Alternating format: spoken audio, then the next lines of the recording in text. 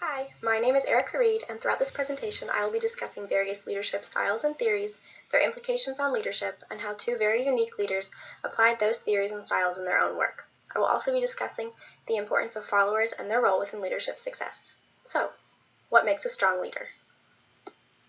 For my research, I have chosen 4 specific styles of leadership to discuss: the delegative style, the achievement-oriented style, the inspirational style, and the participative style of leadership. While each of these styles appears to differ from one another, there are several parallels that can be drawn between the 4 of them. Delegative leaders tend to focus on granting their followers a significant level of authority and responsibility to manage their own time and make their own decisions. This style of leadership is noted to be popular among followers as it provides them with the opportunity for independence as well as self-fulfillment. This style, if utilized appropriately, may be mutually beneficial for both the leader and the followers. Achievement-oriented leaders possess an internal organizational focus and stress the importance of individualized achievement. This style focuses on tasks such as clarifying roles, problem-solving, and managing innovation. Closely related to the achievement-oriented style is the inspirational style of leadership. This type of leader generally sets goals that are considered to be high level. However, oftentimes these goals are more so about change as opposed to quantitative performance. Inspirational leaders are those who utilize intense and distinctive measures to motivate a group of followers, usually in a time of need or an emergency situation.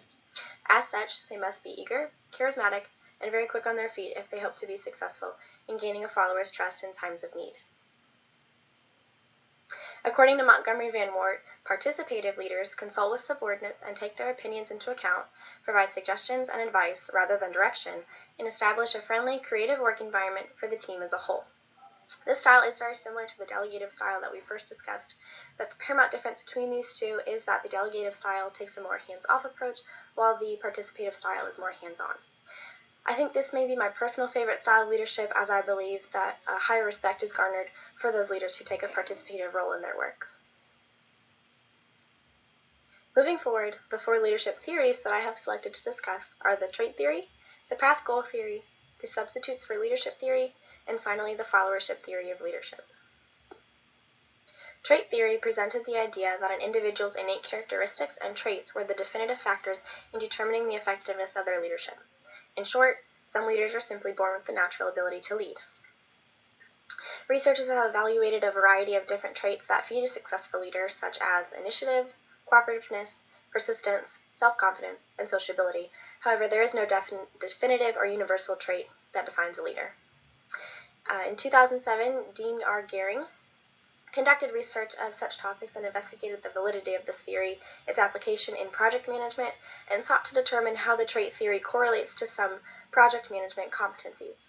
His questionnaire focused on what individuals evaluated core project management competencies to be, and was paired with a Myers-Briggs personality type assessment.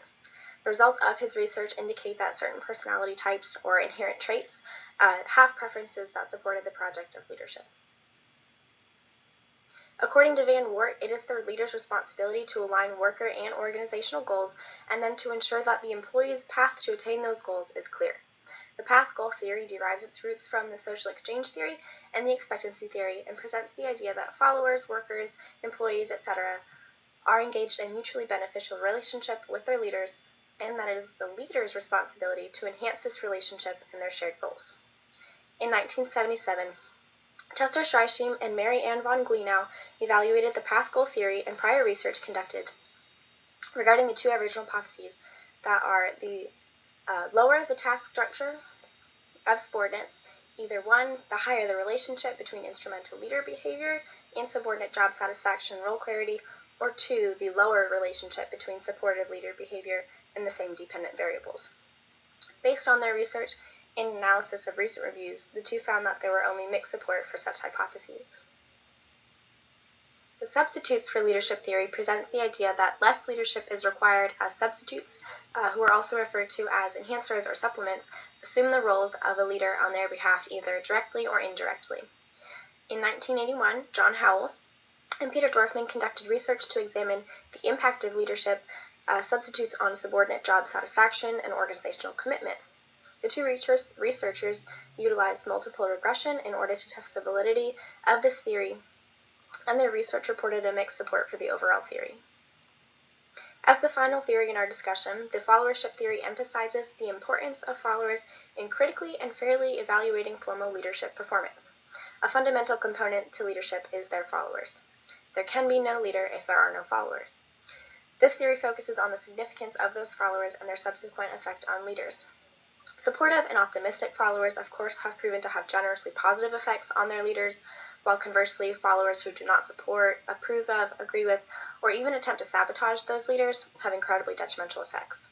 A leading researcher in this field, Barbara Kellerman, takes the position of change in leadership from the bottom. She identified 5 different types of followers and their degree of engagement: isolates, bystanders, participants, activists, and diehards, beginning with the least engaged follower to the most engaged follower. In order to appropriately and fully understand and analyze all of the different styles and theories that we have discussed this far, we can apply them to 2 very different but 2 very successful leaders: John F. Kennedy, who was a political leader, and Mohandas Gandhi, who was a religious leader. John F. Kennedy was elected to be the 35th President of the United States of America in 1961 and first served in both the United States House of Representatives and the United States Senate. During his presidency, Kennedy was tasked with handling foreign crises and civil rights in the United States. Some of his greatest achievements as president include his negotiations with the Nuclear Test Ban Treaty, the Alliance for Success, as well as his success as a civil rights activist.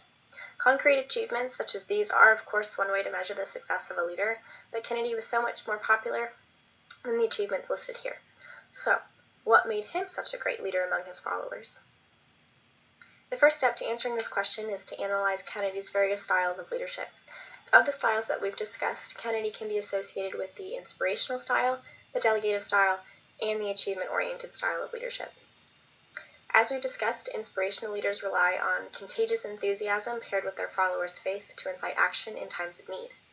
The inspirational style can be seen in Kennedy through his work as a civil rights activist.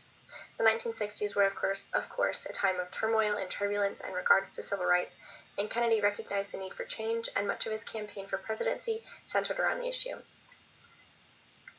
The delegative style is one commonly seen among presidents, as they must delegate responsibility in order to achieve each of their goals and manage each of their departments. It is simply too much for one man to do, and Kennedy was no exception to this notion. Because of his responsibility to oversee more than 60 agencies and government corporations, as well as his responsibility to more than a dozen divisions and councils under the executive office of the president, delegation is an absolute necessity for any president. Achievement-oriented leaders set high-level task goals and seek task improvements, like we noted before. An example of this style of leadership exemplified by Kennedy can be seen within his efforts in foreign policy and the success of the Nuclear Test Ban Treaty in 1963. It has been said that Kennedy approached this endeavor with vigor and persistence from the start of his term, and here the high-level task goal setting of achievement-oriented leadership is exhibited. Paired with those leadership styles are, of course, the leadership theories.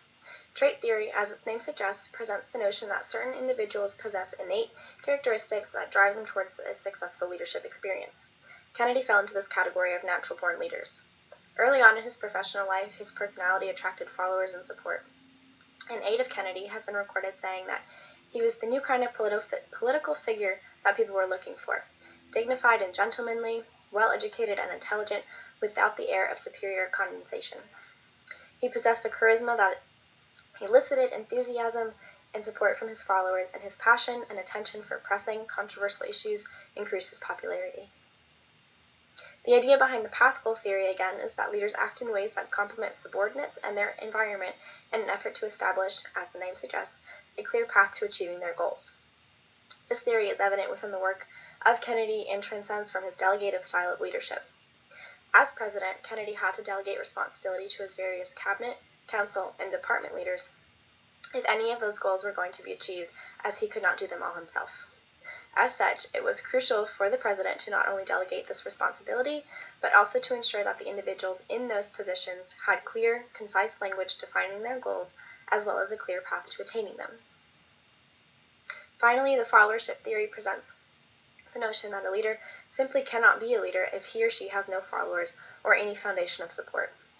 Kennedy represents a prime example of how followers hold such power to a leader's success, and a key exemplification of the true value of followers can be seen in the 1960 presidential election. Running against Vice President Richard Nixon, Kennedy was not expected to win the election. However, due to his follower base, on November 8, 1960, Kennedy defeated Nixon by a razor-thin margin to become the 35th President of the United States. Without the unfaltering support of his followers, Kennedy could not possibly have won the election, and subsequently he would not have progressed to all of the future achievements within civil rights and foreign policy.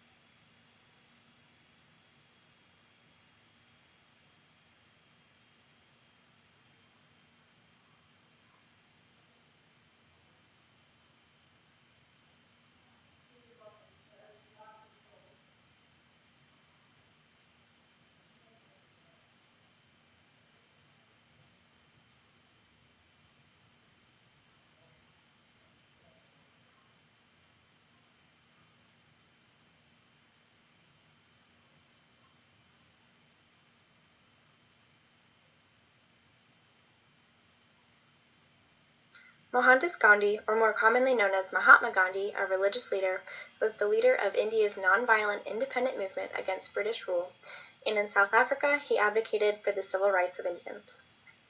He was a devoted worshipper of the Hindu god Vishnu and a devout follower of Jainism. Gandhi inspired millions around the world with his religious devotions and commitments to non-violence, which garnered a massive following and great respect.